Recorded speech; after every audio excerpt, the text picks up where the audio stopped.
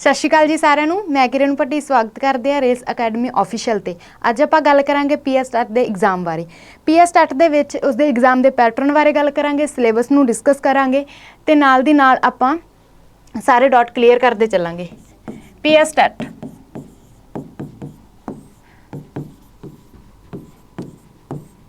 PS TET ਜਿਹੜਾ ਕਿ ਸਾਨੂੰ ਇਹਦੇ ਪੈਟਰਨ ਐਗਜ਼ਾਮ ਪੈਟਰਨ ਦੀ ਗੱਲ ਕਰੀਏ ਤਾਂ ਇਹਦੇ ਵਿੱਚ ਇਹ ਐਗਜ਼ਾਮ 150 ਨੰਬਰ ਦਾ ਹੁੰਦਾ ਹੈਗਾ ਜੀ, 150 ਕਹਿ ਸਕਦੇ ਆਪਾਂ ਨੂੰ। ਤਾਂ 150 ਹੀ ਇਹਦੇ ਵਿੱਚ ਕੁਐਸਚਨ ਆਉਂਦੇ ਨੇ। ਇਸ ਤੋਂ ਇਲਾਵਾ ਜੇ ਆਪਾਂ ਟਾਈਮ ਦੀ ਗੱਲ ਕਰੀਏ ਤਾਂ ਇਹਦੇ ਵਿੱਚ 150 ਹੀ ਮਿੰਟ ਹੁੰਦੇ ਨੇ, ਯਾਨੀ ਕਿ ਕੋਈ ਨੈਗੇਟਿਵ ਮਾਰਕਿੰਗ ਨਹੀਂ ਹੁੰਦੀ ਇਸ ਐਗਜ਼ਾਮ ਦੇ ਵਿੱਚ। ਆਪਾਂ ਸਾਰੇ ਕੁਐਸਚਨ ਨੂੰ ਅਟੈਂਪਟ ਕਰ ਸਕਦੇ ਹਾਂ। ਜੇ ਆਪਾਂ ਗੱਲ ਕਰੀਏ ਐਗਜ਼ਾਮ ਹੁੰਦਾ ਕਿਹਦੇ ਲਈ ਹੈ ਤਾਂ ਇਹ 1st ਤੋਂ 5th ਕਲਾਸ ਦੇ ਬੱਚਿਆਂ ਨੂੰ ਟੀਚ ਕਰਨ ਦੇ ਲਈ, ਟੀਚਰ ਦੇ ਲਈ ਇਹ ਐਗਜ਼ਾਮ ਹੁੰਦਾ। ਹੁਣ ਆਪਾਂ ਇਹਦੀ ਗੱਲ ਕਰਦੇ ਹਾਂ ਕਿ ਇਸ ਐਗਜ਼ਾਮ ਵਿੱਚ ਕੋਈ ਕੱਟ ਆਫ ਨਹੀਂ ਹੁੰਦੀ, ਕੋਈ ਮੈਰਿਟ ਨਹੀਂ ਹੁੰਦੀ। ਇਹਦੇ ਵਿੱਚ ਸਿਰਫ ਸਾਨੂੰ ਨੰਬਰ ਦਿੱਤੇ ਜਾਂਦੇ ਨੇ ਕਿ ਇੰਨੇ ਨੰਬਰ ਲੈ ਕੇ ਤੁਸੀਂ ਇਸ ਐਗਜ਼ਾਮ ਨੂੰ ਕੁਆਲੀਫਾਈ ਕਰ ਸਕਦੇ ਹੋ। ਜਿਵੇਂ ਜਰਨਲ ਦੀ ਗੱਲ ਕਰ ਲਈਏ ਤਾਂ ਉਹਨਾਂ ਨੇ 90 ਨੰਬਰ ਲੈਣੇ ਹੁੰਦੇ ਆ ਜੀ 150 ਦੇ ਵਿੱਚੋਂ। SC ST ਜਾਂ ਫਿਰ OBC ਇਹਨਾਂ ਨੂੰ 82 ਨੰਬਰ ਚਾਹੀਦੇ ਆ ਜੀ 150 ਦੇ ਵਿੱਚੋਂ। ਠੀਕ ਹੈ, ਉਸ ਤੋਂ ਬਾਅਦ ਅੱਗੇ ਆਪਾਂ ਗੱਲ ਕਰਦੇ ਹਾਂ ਵੀ ਇਹਨਾਂ ਤੁਸੀਂ ਨੋਟ ਕਰ ਸਕਦੇ ਹੋ। ਠੀਕ ਹੈ, ਉਸ ਤੋਂ ਬਾਅਦ ਆਪਾਂ ਅੱਗੇ ਗੱਲ ਕਰਦੇ ਹਾਂ ਵੀ ਇਹਦੇ ਵਿੱਚ ਸਬਜੈਕਟ ਕਿਹੜੇ ਕਿਹੜੇ ਹੁੰਦੇ ਨੇ। ਹਾਂਜੀ, ਤਾਂ ਇਹਦੇ ਵਿੱਚ ਟੋਟਲ 5 ਸਬਜੈਕਟ ਹੁੰਦੇ ਨੇ ਜਿਨ੍ਹਾਂ ਨੂੰ ਅਸੀਂ 1 to 1 ਡਿਸਕਸ ਕਰਾਂਗੇ। ਫਸਟ ਸਬਜੈਕਟ ਹੈਗਾ ਸਾਡਾ CDP।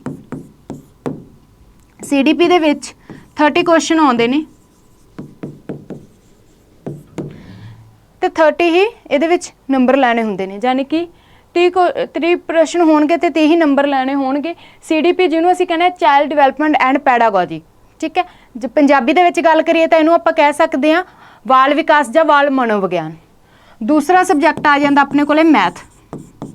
ਮੈਥ ਦੇ ਵੀ 30 ਸਵਾਲ ਹੋਣਗੇ ਤੇ 30 ਹੀ ਨੰਬਰ ਹੋਣਗੇ। ਤੀਸਰਾ ਸਬਜੈਕਟ ਇਹਦੇ ਵਿੱਚ 2 ਲੈਂਗੁਏਜ ਆਉਂਦੀਆਂ। ਪਹਿਲੀ ਲੈਂਗੁਏਜ ਸਾਡੇ ਕੋਲੇ ਪੰਜਾਬੀ ਹੋਊਗੀ, ਇਸ ਦੇ ਵਿੱਚ 30 ਹੀ ਪ੍ਰਸ਼ਨ ਆਉਣਗੇ, 30 ਹੀ ਨੰਬਰ ਹੋਣਗੇ। ਚੌਥੇ ਨੰਬਰ ਤੇ ਆ ਜਾਂਦੀ ਸਾਡੇ ਕੋਲੇ ਇੰਗਲਿਸ਼, ਸੈਕੰਡ ਲੈਂਗੁਏਜ। ਇੰਗਲਿਸ਼ ਦੇ ਵੀ ਸਾਡੇ ਕੋਲੇ 30 ਕੁਐਸਚਨ ਹੋਣਗੇ ਤੇ 30 ਹੀ ਨੰਬਰ ਹੋਣਗੇ। ਤੇ 5th ਲਾਸਟ ਆ ਗਿਆ ਸਾਡਾ EVS, ਜਿਹਨੂੰ ਕਿ ਅਸੀਂ ਕਹਿ ਦਿੰਦੇ ਹਾਂ ਇਨਵਾਇਰਮੈਂਟਲ ਸਟੱਡੀਜ਼। ਇਹਦੇ ਵੀ ਸਾਡੇ ਕੋਲ 30 ਕੁਐਸਚਨ ਹੋਣਗੇ, 30 ਹੀ ਨੰਬਰ ਹੋਣਗੇ। ਟੋਟਲ ਇਹ ਹੋ ਗਏ ਜੀ 150। ਤਾਂ ਟੋਟਲ ਇਹ ਜਿਹੜਾ ਪੇਪਰ ਆ ਉਹ ਕਿੰਨੇ ਨੰਬਰ ਦਾ ਹੋ ਗਿਆ? 150 ਦਾ ਹੋ ਗਿਆ, 150 ਨੰਬਰ ਦਾ ਹੋ ਗਿਆ। ਤਾਂ ਉਹ ਮੈਂ ਤੁਹਾਨੂੰ ਐਲੀਜੀਬਿਲਟੀ ਦੱਸ ਹੀ ਦਿੱਤੀ ਆ ਕਿ ਕੌਣ ਐਗਜ਼ਾਮ ਦੇ ਸਕਦਾ ਤੇ ਕਿਵੇਂ ਇਸ ਨੂੰ ਕੁਆਲੀਫਾਈ ਕਰਨਾ। ਹੁਣ ਅੱਗੇ ਆਪਾਂ ਗੱਲ ਕਰਾਂਗੇ ਇਸ ਦੇ ਜੋ ਸਬਜੈਕਟ ਤੁਹਾਨੂੰ ਮੈਂ ਟੀਚ ਕਰਵਾਉਣਾ। ਮੈਂ ਤੁਹਾਨੂੰ CDP ਟੀਚ ਕਰਵਾਉਂਗੀ, ਜਿਹਨੂੰ ਸਾਈਕੋਲੋਜੀ ਕਹਿ ਦਿੰਦੇ ਨੇ ਜਾਂ ਪੰਜਾਬੀ ਵਿੱਚ ਬਾਲ ਵਿਕਾਸ ਬਾਲ ਮਨੋਵਿਗਿਆਨ। ਅੱਗੇ ਆਪਾਂ ਉਹਦੇ ਸਿਲੇਬਸ ਦੀ ਗੱਲ ਕਰਾਂਗੇ।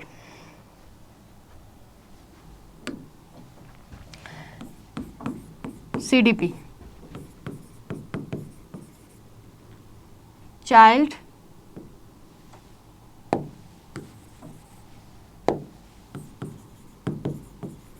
ਡਿਵੈਲਪਮੈਂਟ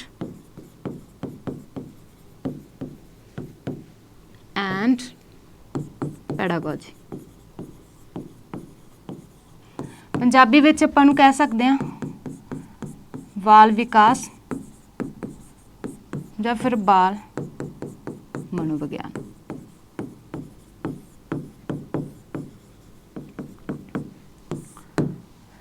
ਵਨ ਟੂ ਵਨ ਆਪਾਂ ਇਹਦੇ ਹਰ ਇੱਕ ਟੌਪਿਕ ਨੂੰ ਡਿਸਕਸ ਕਰਾਂਗੇ।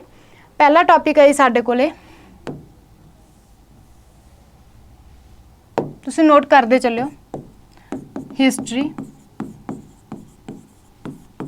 Past of psychology.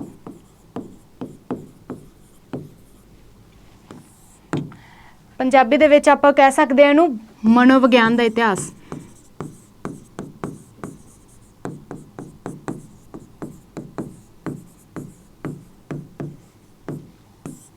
ਇਹਦੇ ਵਿੱਚ ਆਪਾਂ ਕੀ ਪੜਾਂਗੇ, ਇਹਦੇ ਵਿੱਚ ਆਪਾਂ ਮਨੋਵਿਗਿਆਨ ਸ਼ਬਦ ਦੀ ਉਤਪत्ति ਦੇ ਬਾਰੇ, ਕਿਹੜੇ ਕਿਹੜੇ ਫਿਲਾਸਫਰਸ ਨੇ ਇਹਦੇ ਬਾਰੇ ਜੋ ਡੈਫੀਨੇਸ਼ਨ ਦਿੱਤੀਆਂ ਨੇ, ਜਾਂ ਕਿਸ ਤਰ੍ਹਾਂ ਇਸ ਸ਼ਬਦ ਦੀ ਉਤਪत्ति ਹੋਈ ਹੈ, ਤੇ ਐਟ ਪ੍ਰੈਜ਼ੈਂਟ ਦੇ ਵਿੱਚ ਹੁਣ ਇਹ ਸ਼ਬਦ ਕਿਸ ਤਰ੍ਹਾਂ ਸਾਡੇ ਸਾਹਮਣੇ ਉੱਭਰ ਕੇ ਆਇਆ। ਇਹਦੇ ਸਾਰੇ ਆਪਾਂ ਇਹਦੀ ਸਾਰੀ ਹਿਸਟਰੀ ਦੀ ਗੱਲ ਕਰਾਂਗੇ, ਇਹਦੇ ਇਤਿਹਾਸ ਬਾਰੇ ਸਾਰੇ ਗੱਲ ਕਰਾਂਗੇ ਡਿਟੇਲ ਦੇ ਵਿੱਚ। ਹਰ ਇੱਕ ਆਪਾਂ ਟੌਪਿਕ ਨੂੰ ਡਿਟੇਲ ਦੇ ਵਿੱਚ ਡਿਸਕਸ ਕਰਦੇ ਜਾਵਾਂਗੇ।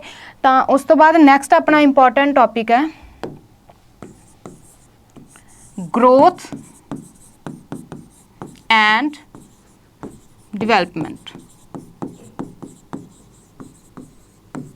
ਜੇ ਆਪਾਂ ਪੰਜਾਬੀ ਦੇ ਵਿੱਚ ਦੇਖੀਏ, ਵਾਧਾ ਅਤੇ ਵਿਕਾਸ। ਇਹ ਇੰਪੋਰਟੈਂਟ ਟੌਪਿਕ ਹੈ, ਠੀਕ ਹੈ। ਇਹਦੇ ਵਿੱਚੋਂ ਐਗਜ਼ਾਮੀਨਰ ਹਰ ਵਾਰ ਇੱਕ ਕੁਐਸਚਨ ਤਾਂ ਪੁੱਛਦਾ ਹੀ ਪੁੱਛਦਾ, ਠੀਕ ਹੈ। ਇੱਕ ਤੋਂ ਵੱਧ ਵੀ ਸਕਦਾ, ਪਰ ਇੱਕ ਕੁਐਸਚਨ ਤਾਂ ਇਹਦੇ ਵਿੱਚ ਆਉਣਾ ਹੀ ਆਉਣਾ। ਇੰਪੋਰਟੈਂਟ ਟੌਪਿਕ ਹੈ ਇਹ। ਇਸ ਦੇ ਵਿੱਚ ਕੀ ਕਹਿੰਦੇ ਆ, ਡਿਵੈਲਪਮੈਂਟ ਯਾਨੀ ਕਿ ਵਿਕਾਸ ਦੇ ਸਿਧਾਂਤਾਂ ਦੇ ਬਾਰੇ ਕੁਐਸਚਨ ਆ ਸਕਦਾ। ਇਸ ਤੋਂ ਇਲਾਵਾ ਵਿਕਾਸ ਦੇ ਸਿਧਾਂਤ ਹੋ ਗਏ, ਉਹਦੇ ਪੜਾਅ ਹੋ ਗਏ, ਜਾਂ ਆਪਾਂ ਸਟੈਪ ਕਹਿ ਸਕਦੇ ਹਾਂ, ਸਟੇਜਸ ਕਹਿ ਜਾਂਦੇ ਹਾਂ। ਸਟੇਜਸ ਦੇ ਵਿੱਚੋਂ, ਸਟੇਜਸ ਆਫ ਡਿਵੈਲਪਮੈਂਟ ਦੇ ਵਿੱਚੋਂ ਕੁਐਸਚਨ ਹਰ ਵਾਰ ਪੇਪਰ ਦੇ ਵਿੱਚ ਪੁੱਛਿਆ ਜਾਂਦਾ। ਪ੍ਰੀਵੀਅਸ ਕੁਐਸਚਨ ਵੀ ਤੁਹਾਨੂੰ ਕਰਵਾਵਾਂਗੇ, ਤੁਹਾਨੂੰ ਪਤਾ ਲੱਗ ਜੂਗਾ, ਠੀਕ ਹੈ। ਨੈਕਸਟ ਆਪਣਾ ਟੌਪਿਕ ਹੈ, ਨੋਟ ਕਰਦੇ ਚੱਲਿਓ ਬੱਚੇ ਸਾਰੇ, ਜਦ ਅਤੇ ਵਾਤਾਵਰਨ, ਜਿਹਨੂੰ ਕਿ ਇੰਗਲਿਸ਼ ਦੇ ਵਿੱਚ ਕਹਿ ਦਿੰਦੇ ਨੇ ਹੈਰੀਡਿਟੀ ਐਂਡ ਇਨਵਾਇਰਨਮੈਂਟ। ਕਿਉਂਕਿ ਕੋਈ ਵੀ ਬੱਚਾ, ਕੋਈ ਵੀ ਮਨੁੱਖ ਆ, ਉਹਦਾ ਡਿਵੈਲਪਮੈਂਟ ਹੈਰੀਡਿਟੀ ਤੇ ਇਨਵਾਇਰਨਮੈਂਟ ਇਹਨਾਂ ਦੋਨਾਂ ਦੇ ਉੱਤੇ ਹੀ ਡਿਪੈਂਡ ਕਰਦਾ। ਇਹਨਾਂ ਦੋਨਾਂ ਦੇ ਉੱਤੇ ਹੀ ਡਿਪੈਂਡ ਕਰਦਾ। ਨਾ ਤਾਂ ਆਪਾਂ ਕਹਿ ਸਕਦੇ ਆ ਵੀ ਆਪਾਂ ਹੈਰੀਡਿਟੀ ਤੇ ਇਕੱਲੇ ਤੇ ਡਿਪੈਂਡ ਆ, ਨਾ ਅਸੀਂ ਇਨਵਾਇਰਨਮੈਂਟ ਤੇ ਡਿਪੈਂਡ ਆ। ਦੋਨਾਂ ਦੇ ਗੁਣ ਫਲ ਤੇ ਹੀ ਸਾਡਾ ਡਿਵੈਲਪਮੈਂਟ ਡਿਪੈਂਡ ਕਰਦਾ, ਜਿਹਨੂੰ ਕਿ ਅਸੀਂ ਡਿਟੇਲ ਦੇ ਵਿੱਚ ਡਿਸਕਸ ਕਰਾਂਗੇ। ਇਹ ਟੌਪਿਕ ਵੀ ਇੰਪੋਰਟੈਂਟ ਆ। ਇਸ ਟੌਪਿਕ ਦੇ ਵਿੱਚੋਂ ਵੀ ਹਮੇਸ਼ਾ ਇੱਕ ਕੁਐਸਚਨ ਐਗਜ਼ਾਮੀਨਰ ਐਗਜ਼ਾਮ ਦੇ ਵਿੱਚ ਪੁੱਛਦਾ ਹੀ ਪੁੱਛਦਾ ਹੈ। ਉਸ ਤੋਂ ਬਾਅਦ ਨੈਕਸਟ ਟੌਪਿਕ ਹੈ ਸਾਡਾ ਜੈਂਡਰ, ਲਿੰਗ। ਜੈਂਡਰ ਦੇ ਵਿੱਚ ਹਰ ਵਾਰ ਪ੍ਰੀਵੀਅਸ ਅਸੀਂ ਕੁਐਸਚਨ ਦੇਖਦੇ ਹਾਂ ਜਾਂ ਪੇਪਰ ਦੇਖਦੇ ਹਾਂ, ਤਾਂ ਉਹਦੇ ਵਿੱਚ ਹਰ ਵਾਰ ਇੱਕ ਕੁਐਸਚਨ ਨੂੰ ਬਹੁਤ ਵਾਰ ਰਿਪੀਟ ਤੇ ਪੁੱਛਿਆ ਜਾ ਰਿਹਾ ਹੈ ਕਿ ਜੈਂਡਰ ਇੱਕ ਕੀ ਹੈ, ਸਮਾਜਿਕ ਘੜਤਾ ਜਾਂ ਮਨੋਵਿਗਿਆਨਿਕ ਹੈ। ਤਾਂ ਜੈਂਡਰ ਇੱਕ ਸਮਾਜਿਕ ਘੜਤਾ, ਇਹ ਕੁਐਸਚਨ ਹਰ ਵਾਰ ਹੀ ਪੁੱਛਿਆ ਜਾ ਰਿਹਾ। ਇਹਦੇ ਵਿੱਚੋਂ ਇੱਕ ਕੁਐਸਚਨ ਪੁੱਛਣਾ ਹੀ ਪੁੱਛਣਾ। ਵੈਸੇ ਸੀਟੈਟ ਦਾ ਫੇਵਰਿਟ ਆਪਾਂ ਕਹਿ ਸਕਦੇ ਹਾਂ ਟੌਪਿਕ ਆ, ਕਿਉਂਕਿ ਹਰ ਵਾਰ ਸੀਟੈਟ ਦੇ ਵਿੱਚ ਇਸ ਤੋਂ ਕੁਐਸਚਨ ਪੱਕਾ ਹੀ ਪੁੱਛਿਆ ਜਾਂਦਾ। ਪੀਐਸਟੈਟ ਦੇ ਵਿੱਚ ਵੀ ਪੁੱਛਿਆ ਜਾਂਦਾ। ਜੈਂਡਰ ਦੇ ਵਿੱਚ ਇਹ ਇੱਕ ਸਮਾਜਿਕ ਘੜਤਾ, ਕਿਉਂਕਿ ਸਮਾਜ ਦੇ ਵਿੱਚ ਰਹਿ ਕੇ ਹੀ ਮਨੁੱਖ ਨੂੰ ਮਤਲਬ ਸਾਨੂੰ ਜੈਂਡਰ ਵਾਇਨੈਸ ਪਤਾ ਲੱਗਦੀ ਹੈ ਵੀ ਆਪਾਂ ਬੋਲਦੇ ਹਾਂ ਵੀ ਮੁੰਡੇ ਆਹ ਕੰਮ ਨਹੀਂ ਕਰ ਸਕਦੇ, ਜਾਂ ਮੁੰਡੇ ਰੋ ਨਹੀਂ ਸਕਦੇ, ਕੁੜੀਆਂ ਰੋ ਸਕਦੀਆਂ। ਤਾਂ ਇਸ ਤਰ੍ਹਾਂ ਦੀ ਜੋ ਵੀ ਪਹਿਲਾਂ ਤੋਂ ਚੱਲੀਆਂ ਆ ਰਹੀਆਂ ਜੈਂਡਰ ਵਾਇਨੈਸ ਕਹਿ ਸਕਦੇ ਆਪਾਂ ਨੂੰ, ਤਾਂ ਉਹ ਚੀਜ਼ਾਂ ਸਾਨੂੰ ਸਮਾਜ ਦੇ ਵਿੱਚ ਰਹਿ ਕੇ ਹੀ ਪਤਾ ਲੱਗਦਾ। ਤਾਂ ਇਹ ਜਿਹੜਾ ਟੌਪਿਕ ਆ, ਇਹਨੂੰ ਵੀ ਅਸੀਂ ਡਿਟੇਲ ਦੇ ਵਿੱਚ ਡਿਸਕਸ ਕਰਾਂਗੇ। ਉਸ ਤੋਂ ਬਾਅਦ ਨੈਕਸਟ ਮੋਸਟ ਇੰਪੋਰਟੈਂਟ ਜਿਹੜੇ ਹੈਗੇ ਨੇ ਸਾਡੇ ਟੌਪਿਕ, ਪਿਆਜੇ, ਵਾਗੋਸਟੀ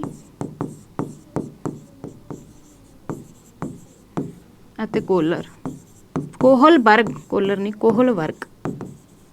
ਇਹਨਾਂ ਤਿੰਨਾਂ ਜਿਹੜੇ ਇਹਨਾਂ ਦੀਆਂ ਥਿਊਰੀਆਂ ਨੇ, ਪਿਆਜੇ ਦੀ ਗਿਆਨਾਤਮਿਕ ਵਿਕਾਸ, ਕੋਗਨੈਟਿਵ ਡਿਵੈਲਪਮੈਂਟ, ਵਾਗੋਸਟੀ ਦੀ ਸਮਾਜਿਕ ਅੰਤਰਕਿਰਿਆ ਤੇ ਕੋਹਲਬਰਗ ਦਾ ਅੰਤਰਦ੍ਰਿਸ਼ਟੀ ਸਿਧਾਂਤ।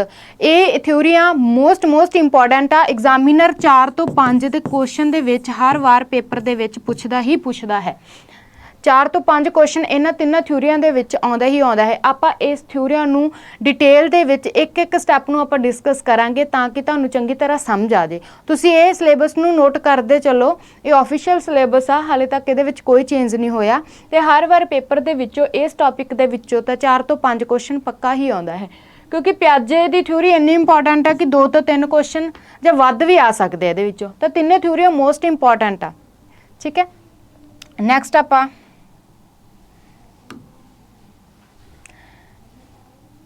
ਇਸ ਤੋਂ ਅਗਲਾ ਟੌਪਿਕ ਆ ਜੀ ਆਪਣੇ ਕੋਲੇ ਬੁੱਧੀ, ਜਿਹਨੂੰ ਕਿ ਕਹਿ ਦਿੰਦੇ ਆ ਇੰਟੈਲੀਜੈਂਸ, ਠੀਕ ਹੈ।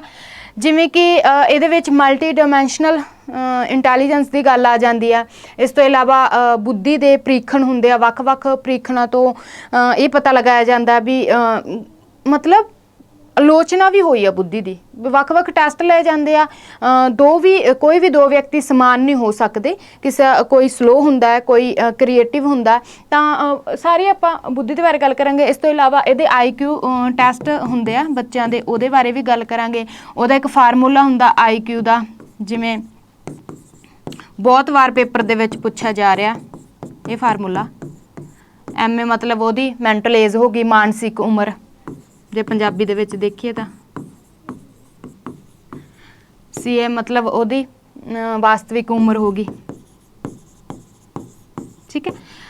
ਤਾਂ ਇਹਦੇ ਵਿੱਚ ਕੀ ਹੁੰਦਾ ਕਿ ਉਹ ਕਈ ਵਾਰ ਤਾਂ ਉਹ ਮਤਲਬ ਇਹ ਸਿੱਧਾ ਹੀ ਫਾਰਮੂਲਾ ਪੁੱਛ ਲੈਂਦਾ ਕਿ MA ਮਤਲਬ ਮਾਨਸਿਕ ਏਜ ਦੇ ਕੇ ਤਾਂ ਉਹ ਪੁੱਛ ਦਿੰਦਾ, ਜਾਂ ਵਾਸਤਵਿਕ ਉਮਰ ਦੇ ਕੇ ਉਹਦੀ ਮਾਨਸਿਕ ਉਮਰ ਪਤਾ ਕਰੋ। ਤੇ ਕਈ ਵਾਰੀ ਇਹ ਫਾਰਮੂਲਾ ਹੀ ਲਿਖ ਕੇ ਘੁਮਾ ਫਿਰਾ ਕੇ ਪੁੱਛ ਲੈਂਦਾ ਵੀ ਇਹ 'ਚ ਫਾਰਮੂਲਾ ਕਿਹੜਾ ਸਹੀ ਆ। ਤਾਂ ਸਾਰਾ ਆਪਾਂ ਇਹ ਡਿਸਕਸ ਕਰਾਂਗੇ। ਇਸ ਤੋਂ ਇਲਾਵਾ ਵੱਖ-ਵੱਖ ਸਿਧਾਂਤ ਹੈ, ਜਿਵੇਂ ਇੱਕ ਕਾਰਕੀ ਹੋ ਗਿਆ, ਬਹੁ ਕਾਰਕੀ ਹੋ ਗਿਆ, ਜੀ ਫੈਕਟਰ, S ਫੈਕਟਰ, ਜੋ ਕਿ ਸਪੀਅਰਮੈਨ ਨੇ ਦਿੱਤਾ ਸੀ, ਦੋ ਕਾਰਕੀ ਸਿਧਾਂਤ ਬੁੱਧੀ ਦਾ। ਤਾਂ ਉਹ ਸਾਰੇ ਫੈਕਟਰਾਂ ਦੇ ਬਾਰੇ ਆਪਾਂ ਗੱਲ ਕਰਾਂਗੇ ਡਿਟੇਲ ਦੇ ਵਿੱਚ।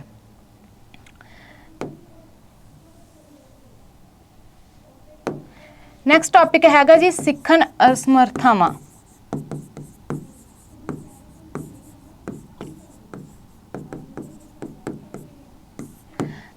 ਜਾਂ ਆਪਾਂ ਗੱਲ ਕਰ ਲਈਏ ਵੀ ਲਰਨਿੰਗ ਡਿਸੇਬਿਲਟੀ, ਜਿਹਦੇ ਵਿੱਚ ਤੁਸੀਂ ਵੈਸੇ ਵੀ ਸੁਣਿਆ ਹੋਊਗਾ, ਜਿਵੇਂ ਡਿਸਲੈਕਸੀਆ ਹੋ ਗਿਆ, ਡਿਸਫੇਜ਼ੀਆ,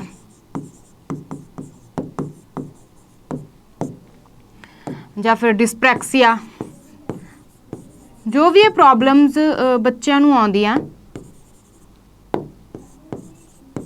ਡਿਸਪ੍ਰੈਕਸੀਆ, ਉਹਨਾਂ ਨੂੰ ਅਸੀਂ ਕਿਵੇਂ ਸੋਲਵ ਕਰ ਸਕਦੇ ਹਾਂ। ਮਤਲਬ ਉਹਨਾਂ ਦੀ ਲਰਨਿੰਗ ਦੇ ਵਿੱਚ, ਉਹਨਾਂ ਦੇ ਸਿੱਖਣ ਦੇ ਵਿੱਚ ਇਹ ਜਿਹੜੀਆਂ ਪ੍ਰੋਬਲਮਸ ਨੇ ਉਹਨਾਂ ਨੂੰ ਅਸੀਂ ਕਿਵੇਂ ਸੋਲਵ ਕਰ ਸਕਦੇ ਹਾਂ। ਇੱਕ ਟੀਚਰ ਹੋਣ ਦੇ ਨਾਤੇ ਉਹ ਬੱਚਿਆਂ ਨੂੰ ਕਿਸ ਤਰ੍ਹਾਂ ਮਤਲਬ ਅੱਗੇ ਵਧਾਊਗਾ। ਤਾਂ ਇਹ ਸਾਰੀਆਂ ਜੋ ਵੀ ਇਹ ਹਰ ਵਾਰ ਪੁੱਛਿਆ ਜਾਂਦਾ ਹੈ, ਮੋਸਟ ਇੰਪੋਰਟੈਂਟ ਹੈ, ਠੀਕ ਹੈ। ਡਿਸਲੈਕਸੀਆ ਬਾਰੇ ਪੈਡਾਗੋਜੀ ਦੇ ਵਿੱਚ ਵੀ ਇਹਨੂੰ ਪੁੱਛਿਆ ਜਾਂਦਾ। ਹਰ ਇੱਕ ਟੌਪਿਕ ਨੂੰ ਆਪਾਂ ਡਿਸਕਸ ਕਰਾਂਗੇ। ਤੁਸੀਂ ਜੋ ਵੀ ਮੈਂ ਸਿਲੇਬਸ ਕਰਵਾ ਰਹੀ ਹਾਂ, ਇਹ ਇੰਪੋਰਟੈਂਟ ਟੌਪਿਕ ਨੇ, ਜਿੱਥੋਂ ਕਿ ਕੁਐਸਚਨ ਹਰ ਵਾਰ ਬਣਦਾ ਹੀ ਬਣਦਾ। ਤੁਸੀਂ ਇਹਨੂੰ ਨਾਲ ਦੀ ਨਾਲ ਮਤਲਬ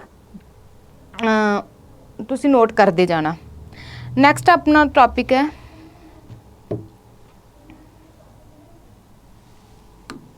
ਭਾਸ਼ਾ ਤੇ ਵਿਚਾਰ।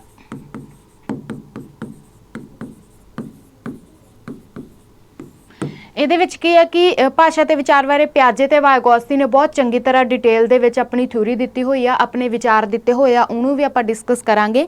ਇਸ ਤੋਂ ਇਲਾਵਾ ਜਿਵੇਂ ਹੋਰ ਵੀ ਥਿਊਰੀਆਂ ਹੋ ਗਈਆਂ, ਜਿਵੇਂ ਥੋਰਨਡਾਈਕ ਦੀ ਥਿਊਰੀ, ਕੋਹਲਰ ਦਾ ਅੰਤਰਦ੍ਰਿਸ਼ਟੀ, ਸਪੀਅਰਮੈਨ ਦੀ ਥਿਊਰੀ ਹੋ ਗਈ, ਜਾਂ BF ਸਕਿਨਰ ਦੀ most important classical conditioner, most important theory ਹੈ ਜੀ ਇਹਦੀ। ਸਾਰਿਆਂ ਨੂੰ ਆਪਾਂ ਡਿਟੇਲ ਦੇ ਵਿੱਚ ਡਿਸਕਸ ਕਰਾਂਗੇ। ਨੈਕਸਟ ਟੌਪਿਕ ਹੈ ਵਿਅਕਤੀਗਤ ਭਿੰਨਤਾ।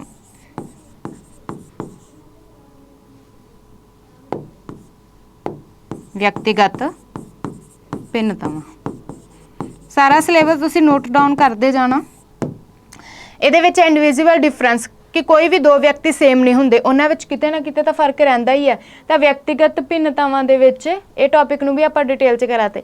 ਇਹ ਤਾਂ ਸੀ ਤੁਹਾਡਾ ਸਾਰਾ ਇਹ ਬਾਲ ਵਿਕਾਸ ਦਾ ਪਾਰਟ, ਕਿਉਂਕਿ CDP ਦਾ ਜਿਹੜਾ ਅਸੀਂ ਕਹਿ ਸਕਦੇ ਹਾਂ ਸਿਲੇਬਸ, ਉਹ 3 ਪਾਰਟ ਦੇ ਵਿੱਚ ਵੰਡਿਆ ਹੋਇਆ। ਪਹਿਲੇ ਪਾਰਟ ਦੇ ਵਿੱਚ ਬਾਲ ਵਿਕਾਸ ਦੇ, ਜਿਹਦੇ ਵਿੱਚ ਕਿ 15 ਨੰਬਰ ਦੇ ਕੁਐਸਚਨ ਆਉਂਦੇ ਨੇ।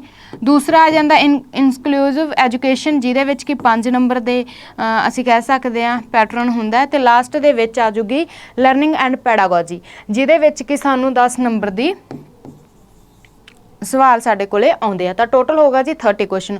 ਆਪਾਂ ਸੈਕਿੰਡ ਪਾਰਟ ਸ਼ੁਰੂ ਕਰਦੇ ਹਾਂ ਜੀ ਹੁਣ, ਇਨਕਲੂਸਿਵ ਐਜੂਕੇਸ਼ਨ।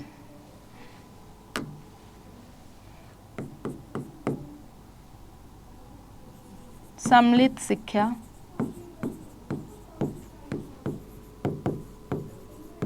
ਜੇ ਅਸੀਂ ਬੋਲ ਸਕਦੇ ਹਾਂ ਇਨਕਲੂਸਿਵ ਐਜੂਕੇਸ਼ਨ।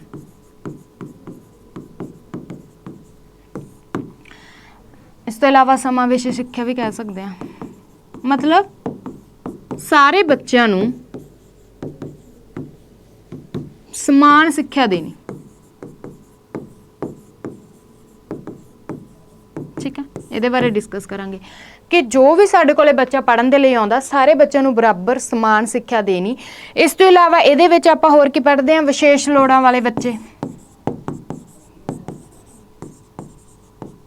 ਜਿਵੇਂ ਡਿਸੇਬਲ ਬੱਚੇ ਹੋ ਗਏ, ਟੀਚਰ ਹੋਣ ਦੇ ਨਾਂ 'ਤੇ ਆਪਾਂ ਉਹਨਾਂ ਦੀਆਂ ਪ੍ਰੋਬਲਮਸ ਨੂੰ ਕਿਵੇਂ ਸੋਲਵ ਕਰਨਾ, ਕਿਵੇਂ ਉਹਨਾਂ ਦੀਆਂ ਲੋੜਾਂ ਵੱਲ ਧਿਆਨ ਰੱਖਣਾ, ਬੱਚੇ ਦੀ ਕੀ ਨੀਡਸ ਆ, ਕੀ ਉਹਦਾ ਇੰਟਰਸਟ ਆ, ਉਹਦੀਆਂ ਰੁਚੀਆਂ ਨੂੰ, ਉਹਦੀਆਂ ਕਮੀਆਂ ਨੂੰ ਮਤਲਬ ਦੇਖਦੇ ਹੋਏ, ਠੀਕ ਹੈ, ਉਹਦੀਆਂ ਪਹਿਲਾਂ ਤਾਂ ਉਹਦੀਆਂ ਰੁਚੀਆਂ ਨੂੰ ਦੇਖਾਂਗੇ ਵੀ ਬੱਚਾ ਕਿਸ ਤਰ੍ਹਾਂ ਕਿਹੜੀ ਇੰਟਰਸਟ ਦੇ ਨਾਲ ਪੜ੍ਹਨਾ ਚਾਹੁੰਦਾ। ਠੀਕ ਹੈ, ਕਿਉਂਕਿ ਆਪਣਾ ਜਿਹੜਾ ਪੋਲਿਸੀ ਹੈ ਸਿੱਖਿਆ ਦੀ ਉਹ ਬੱਚੇ 'ਤੇ ਡਿਪੈਂਡ ਆ, ਬੱਚਾ ਕੇਂਦਰਿਤ ਆ। ਠੀਕ ਹੈ, ਠੀਕ ਹੈ, ਤਾਂ ਬੱਚੇ ਨੂੰ ਧਿਆਨ ਵਿੱਚ ਰੱਖ ਕੇ ਉਹਦੀਆਂ ਲੋੜਾਂ ਨੂੰ, ਉਹਦੀਆਂ ਨੀਡਸ ਨੂੰ ਧਿਆਨ ਵਿੱਚ ਰੱਖ ਕੇ ਜੋ ਵੀ ਉਹਦੇ ਵਿੱਚ ਕੋਈ ਕਮੀਆਂ ਨੇ ਉਹਨੂੰ ਕਿਸ ਤਰ੍ਹਾਂ ਦੂਰ ਕਰਨਾ, ਇਹ ਸਾਰਾ ਕੁਝ ਆਪਾਂ ਪੜ੍ਹਾਂਗੇ। ਦੂਸਰਾ ਹੈਗਾ ਜੀ ਅਧਿਆਪਨ ਵਿਧੀਆਂ ਇਸ ਪਾਰਟ ਦੇ ਵਿੱਚ, ਮਤਲਬ ਟੀਚਰ ਕਿਸ ਤਰ੍ਹਾਂ ਬੱਚੇ ਨੂੰ ਕਿਹੜੀਆਂ ਵਿਧੀਆਂ, ਕਿਹੜੇ ਮੈਥਡ ਦੇ ਨਾਲ ਟੀਚ ਕਰੇ, ਕਿਹੜਾ ਮੈਥਡ ਕਿਹੜੇ ਬੱਚੇ ਦੇ ਲਈ ਬੈਸਟ ਆ। ਇਸ ਤੋਂ ਇਲਾਵਾ ਕਿ ਬੱਚੇ ਜੋ ਕੁਝ ਵੀ ਬੱਚਿਆਂ ਨੂੰ ਅਸੀਂ ਕਰਵਾ ਰਹੇ ਹਾਂ ਉਹਨਾਂ ਤੋਂ ਫੀਡਬੈਕ ਲੈਣੀ ਕਿ ਹਾਂ ਵਾਕਿਆ ਦੇ ਵਿੱਚ ਬੱਚਿਆਂ ਨੂੰ ਕੁਝ ਸਮਝ ਆ ਰਿਹਾ, ਤਾਂ ਉਹ ਸਾਰੀਆਂ ਗੱਲਾਂ ਅਧਿਆਪਨ ਵਿਧੀਆਂ ਜਾਂ ਅਸੀਂ ਕਹਿ ਸਕਦੇ ਹਾਂ ਸਿੱਖਣ ਵਿਧੀਆਂ। ਟੀਚਰ ਕਿਸ ਤਰ੍ਹਾਂ ਆਪਣੀ ਜਿਹੜੀ ਸਿੱਖਣ ਦੀ ਸਮਰੱਥਾ ਉਹਨੂੰ ਵੀ ਅੱਗੇ ਵਧਾ ਸਕਦਾ, ਤਾਂ ਇਹ ਸਾਰੀਆਂ ਗੱਲਾਂ ਆਪਾਂ ਇਸ ਕਰਾਂਗੇ। ਇਸ ਤੋਂ ਇਲਾਵਾ ਕ੍ਰੀਏਟਿਵ ਬੱਚਿਆਂ ਬਾਰੇ ਆਪਾਂ ਪੜ੍ਹਾਂਗੇ, ਸਿਰਜਣਾਤਮਕ ਜਿਨ੍ਹਾਂ ਨੂੰ ਕਹਿ ਸਕਦੇ ਹਾਂ ਗੋਡ ਗਿਫਟਡ ਹੁੰਦੇ ਨੇ, ਜਾਂ ਫਿਰ ਵਿਕਲਾਂਗ ਬੱਚੇ ਜਿਨ੍ਹਾਂ ਨੂੰ ਕੋਈ ਪ੍ਰੋਬਲਮਸ ਹੁੰਦੀਆਂ ਨੇ ਉਹਨਾਂ ਦੀਆਂ ਪ੍ਰੋਬਲਮਸ ਨੂੰ ਅਸੀਂ ਕਰੀਏ, ਤਾਂ ਸਾਰਾ ਕੁਝ ਇਸ ਪਾਰਟ ਦੇ ਵਿੱਚ ਅਸੀਂ ਕਰਾਂਗੇ। ਨੈਕਸਟ ਆਪਣੇ ਕੋਲ ਹੈ ਲਰਨਿੰਗ ਐਂਡ ਪੈਡਾਗੋਜੀ, ਯਾਨੀ ਕਿ ਪੈਡਾਗੋਜੀ ਦੇ ਵਿੱਚ ਆਪਾਂ ਦੇਖਦੇ ਹਾਂ ਸਾਰੇ ਜਿੰਨੇ ਵੀ ਮੈਂ ਤੁਹਾਨੂੰ 5 ਸਬਜੈਕਟ ਦੱਸੇ ਆ ਨਾ ਪੀਐਸ ਸਟੈਟ ਦੇ ਵਿੱਚ, ਸਾਰਿਆਂ ਦੇ ਵਿੱਚ ਸੇਮ ਹੀ ਪੈਡਾਗੋਜੀ ਆਉਂਦੀ ਹੈ। ਯਾਨੀ ਕਿ ਜੇ ਤੁਸੀਂ ਇੱਕ ਸਬਜੈਕਟ ਦੀ ਪੈਡਾਗੋਜੀ ਨੂੰ ਵਧੀਆ ਤਰੀਕੇ ਦੇ ਨਾਲ ਕਰ ਲਿਆ ਤਾਂ ਤੁਹਾਡੇ ਸਾਰੇ ਸੋਲਵ ਹੋ ਜਾਣਗੇ ਜਿੰਨੇ ਵੀ ਆ, ਕਿਉਂਕਿ ਦੂਸਰੇ ਜਿਹੜੇ ਸਬਜੈਕਟ ਨੇ ਉਹਨਾਂ ਵਿੱਚ 15 ਨੰਬਰ ਦੀ ਥਿਊਰੀ ਤੇ 15 ਨੰਬਰ ਦੀ ਪੈਡਾਗੋਜੀ ਆਉਂਦੀ ਆ। ਪਰ ਕਈ ਸਬਜੈਕਟਾਂ ਦੇ ਵਿੱਚ ਕੀ ਹੁੰਦਾ, ਜਿਵੇਂ ਕਿ ਸੀਡੀਪੀ ਦੇ ਵਿੱਚ ਥਿਊਰੀ ਥੋੜ੍ਹਾ ਜਿਹਾ ਵੱਧ ਕਹਿ ਸਕਦੇ ਆਪਾਂ, 4 ਤੋਂ 5 ਨੰਬਰ ਇਹਦੇ ਪੈਡਾਗੋਜੀ ਦੇ ਆਉਂਦੇ ਹੀ ਆਉਂਦੇ ਆ, ਜਾਂ ਘੱਟ ਵੀ ਹੋ ਸਕਦੇ ਆ। ਮੋਸਟਲੀ 5 ਮੰਨ ਕੇ ਆਪਾਂ ਚੱਲ ਸਕਦੇ ਵੀ 5 ਪ੍ਰਸ਼ਨ ਤਾਂ ਪੈਡਾਗੋਜੀ ਦੇ ਆਉਂਦੇ ਆ, ਤੇ ਬਹੁਤ ਹੀ ਮਤਲਬ ਆਪਾਂ ਕਹਿ ਸਕਦੇ ਆ ਈਜ਼ੀ ਆ ਇੱਕ ਟੀਚਰ ਦੇ ਲਈ ਉਹਦੇ ਲੈਵਲ ਦੇ ਅਕੋਰਡਿੰਗ। ਮਤਲਬ ਇਹਦੇ ਵਿੱਚ ਕੀ ਹੋਊਗਾ ਕਿ ਬੱਚੇ ਕਿਵੇਂ ਸਿੱਖਦੇ ਆ,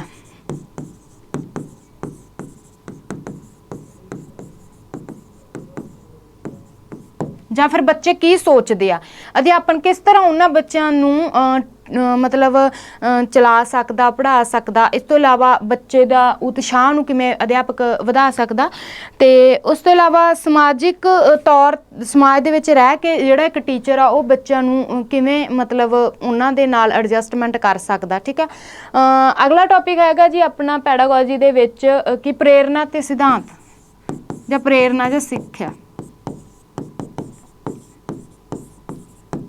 ਸਿੱਖਣ।